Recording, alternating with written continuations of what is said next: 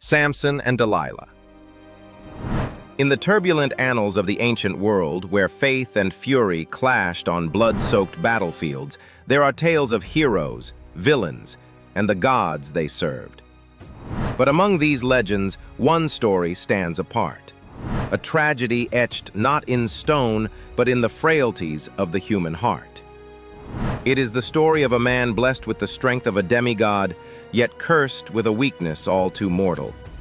This is the saga of Samson, the champion of Israel, a man whose muscles could shatter armies, but whose heart could be captured by a single woman. It is a story of divine calling, reckless passion, and the catastrophic price of betrayal. This is the tale of the strongest man who ever lived, and the woman who brought him to his knees, the story of Samson and Delilah. Our story begins in a dark and volatile era for the tribes of Israel, the time of the judges. It was a period of chaos, a cycle of disobedience, oppression, and divine deliverance. The Israelites, living in the land promised to them, found themselves dominated by a powerful and ruthless enemy, the Philistines. A technologically advanced sea people, the Philistines held a military and political stranglehold over the region, their iron chariots and fortified cities a constant symbol of Israel's subjugation. It was into this world of despair that a promise was born. To a barren woman and her husband, Manoah, an angel of the Lord appeared, bearing a prophecy. They would have a son, a child chosen by God from the womb for a sacred purpose. He was to be a nazerite, set apart and dedicated to God for his entire life. The rules were strict. He could never drink wine or strong drink, never eat anything unclean, and most importantly, a razor was never to touch his head. For his hair was to be the outward sign of his covenant, the very conduit of a divine strength the world had never seen. This child, Samson, was destined to begin the deliverance of Israel from the hand of the Philistines. From his youth, the Spirit of the Lord was upon him. Stories of his incredible feats spread like wildfire across the scorched hills of Judea. He was a man of raw power and untamed impulse. He tore a lion apart with his bare hands, as if it were a young goat. He single-handedly slaughtered 30 Philistines in a fit of rage over a riddle betrayed. He burned their fields and vineyards using 300 foxes with torches tied to their tails. And in his most legendary feat, cornered and alone, he picked up the fresh jawbone of a donkey and struck down 1,000 Philistine soldiers. Samson was a force of nature, a one-man army. He was Israel's champion, their divine weapon. But his strength was matched only by his recklessness. He was a man governed not by the wisdom of a king like Solomon, but by the tempestuous whims of his own passions. He was drawn to conflict, to women, and often to the very people he was meant to fight. His heart was a battlefield, and it was on this battlefield, not one of swords and shields, that his greatest and final struggle would take place. After years of being a thorn in the side of the Philistines, a source of both terror and humiliation, Samson's life took a fateful turn. He journeyed into the valley of Sorek, a region bordering Philistine territory, and there his eyes fell upon a woman. Her name was Delilah. Who Delilah was is shrouded in mystery. The scriptures do not name her as a Philistine, but her allegiance soon became terrifyingly clear. Whether she was a courtesan, a woman of standing, or simply an inhabitant of that contested valley, one thing is certain. She possessed an allure that Samson, for all his strength, could not resist. He fell in love with her, a deep and obsessive love that would blind him to all reason, all caution, and ultimately to his divine calling. The Philistine lords, the rulers of the 5 great Philistine cities, saw their opportunity. They had been unable to defeat Samson through force. His divine power was beyond their comprehension and their military might. The largest purposes their spanning engrossing to divine calling. But they sensed his new weakness. If they could not break his body, perhaps they could corrupt his heart. They came to Delilah in secret, their proposal a venomous whisper of greed and betrayal. Entice him, they urged, and find out where his great strength lies, and by what means we may overpower him. that we may bind him to afflict him. And for her service, they offered a reward beyond imagination. Each of the 5 lords promised her 1,100 shekels of silver. It was a staggering fortune, enough to make a queen of a commoner, a bribe so immense it could purchase any loyalty and silence any conscience. For Delilah, the choice was made. Whether driven by greed, patriotism for the Philistine cause, or a cold-hearted desire for power, she agreed. The trap was set. The seduction was no longer one of love, but of espionage. Her every touch, every word, every loving gaze was now a calculated move in a deadly game. The great contest of wills began. Delilah, weaving a web of affection and feigned vulnerability, began to probe. "Please tell me," she cooed, her voice a melody designed to disarm, "where your great strength lies, and how you might be bound and subdued." Samson, arrogant in his power and besotted with her, saw it as a lover's game. He was the invincible champion. No one could best him. He would play along, teasing her, relishing the attention. "If they bind me with 7 fresh bowstrings that have not been dried," he lied, "then I shall become weak and be like any other man." Delilah relayed the information. While Samson slept, Philistine soldiers hid in her chamber. She bound him with the fresh bowstrings and cried out, "The Philistines are upon you, Samson." He awoke, and with effortless grace snapped the strings as if they were threads of flax touched by fire. The game continued. Delilah pouted, her voice laced with the sting of feigned hurt. "You have mocked me and told me lies. Please, tell me how you might be bound." Again, Samson offered a deception, growing bolder in his overconfidence. "If they bind me with new ropes that have never been used, then I shall become weak." The scene repeated itself. The hidden soldiers, the ropes, the cry of alarm. And again, Samson broke the ropes from his arms like they were mere threads. His strength was absolute, his confidence soaring. He felt untouchable, amused by her persistence, blind to the cold, calculating nature of her questions. But Delilah was relentless. Her frustration grew, and she sharpened her tactics, moving from sweet persuasion to emotional manipulation.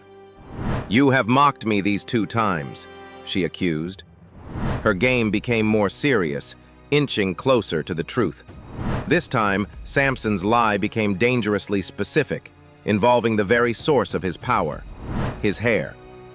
"If you weave the 7 locks of my head with the web of the loom," he told her, essentially inviting her to handle the sacred symbol of his nazerite vow. She did as he said, weaving his long, consecrated hair into the fabric on her loom and securing it with a pin. For a 3rd time, she cried out, "The Philistines are upon you, Samson." And he awoke, and with a mighty heave, ripped the entire loom and its web from the floor, his strength utterly undiminished. He had let her touch the secret, to play with it, and still he was invincible. He believed he was in control. He was wrong. The game was over. Delilah's patience was gone, replaced by a cold, sharp-edged fury. She unleashed her final and most potent weapon, emotional blackmail. She turned his love for her into a tool of torment. "How can you say I love you?" she wept, her words dripping with accusation, "when your heart is not with me? You have mocked me these 3 times, and you have not told me where your great strength lies." She pressed him daily, her words becoming a constant, nagging assault on his spirit. The Bible says she tormented him with her words and pressed him so that his soul was vexed to death. Here was the strongest man on earth, a man who could face down an army without flinching, being worn down, not by swords or spears, but by the relentless emotional pressure of the woman he loved. His strength had no defense against this kind of attack. His heart, not his muscles, was his vulnerability. Finally, broken and exhausted, he surrendered. In a moment of catastrophic weakness, he told her everything. He confessed the secret of his birth, his sacred nazerite vow, and the divine truth he had guarded his entire life. "A razor has never come upon my head," he admitted, his voice heavy with resignation.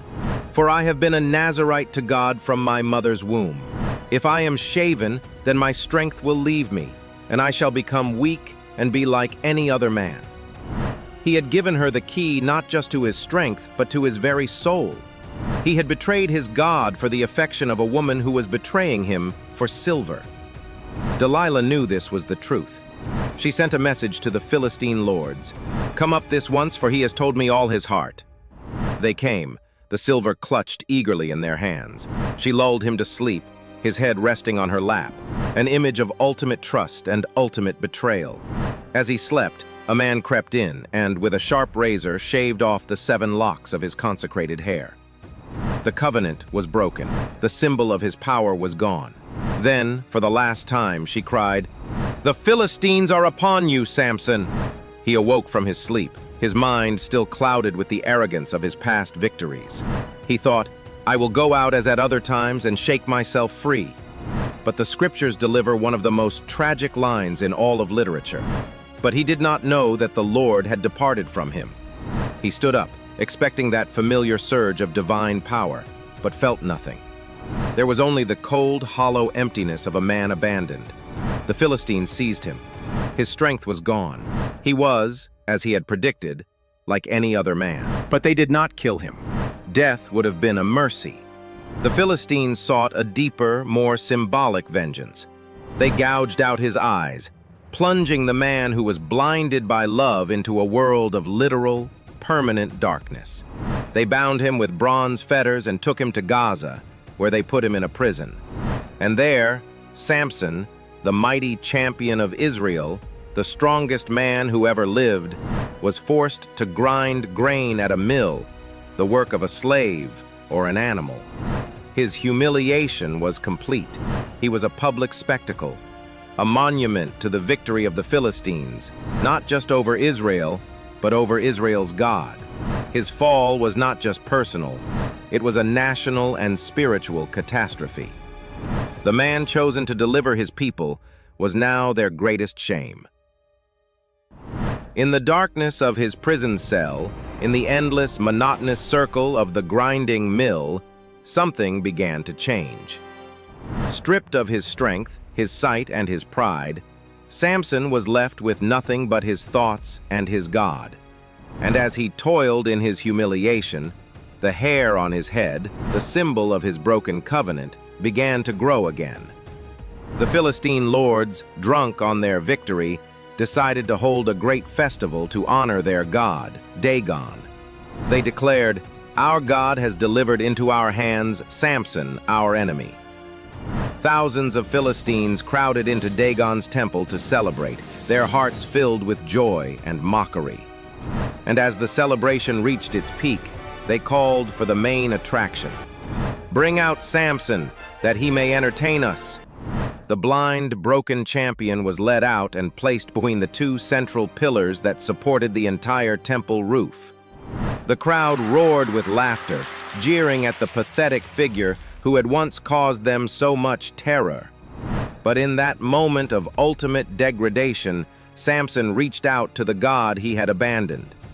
He prayed a final, desperate prayer. It was not a prayer for forgiveness or for life. It was a prayer for vengeance and for one last taste of his divine purpose. He said to the servant who held his hand, "Permit me to feel the pillars on which the house rests, that I may lean against them." And with his hands on the 2 massive pillars, Samson cried out to the heavens. "O Lord God, please remember me," he prayed, his voice raw with anguish and resolve. "Please strengthen me only this once, O God, that I may be avenged on the Philistines for my 2 eyes." Then, with a final primal roar, he braced himself. "Let me die with the Philistine." He pushed with all his might. The divine strength gone for so long surged through his body one last time. The great stone pillars groaned, cracked, and then gave way. The entire roof of the temple collapsed, coming down upon the Philistine lords and the thousands of celebrating men and women. The sound of jubilant celebration was replaced by a thunderous crash and the screams of the dying. In a single apocalyptic act of self-destruction, Samson had achieved his greatest victory. The Bible records, "So the dead whom he slew at his death, were more than those whom he had slain during his life. He died, not as a prisoner, but as a warrior, fulfilling his destiny in the very moment of his death. His family came and took his body, burying him in the tomb of his father. His 20-year tenure as a judge of Israel was over. The story of Samson and Delilah is more than a simple tale of heroism and betrayal. It is a profound and timeless cautionary tale. Samson was a man who squandered a divine gift on earthly passions. His strength was external, a gift from God. But his internal character, his wisdom, his self-control, his judgment, was fatally underdeveloped. His story serves as a stark reminder that our greatest strengths can be rendered useless if we are blind to our deepest weaknesses. He could conquer any army, but could not conquer himself. He trusted the untrustworthy and confided in his enemy, all for a love that was a lie. Delilah, a figure of deadly allure and cold ambition, represents the temptations that can exploit our flaws, turning our desires into the instruments of our own destruction. Yet, in his final moments, there is a glimmer of redemption. Broken and blind, Samson finally turned back to the source of his strength. His final act, while one of vengeance, was also an act of sacrifice, reclaiming his role as Israel's champion and dealing a devastating blow to its oppressors. The legacy of Samson is a complex one. He is not a flawless hero like some, nor a wise ruler like Solomon.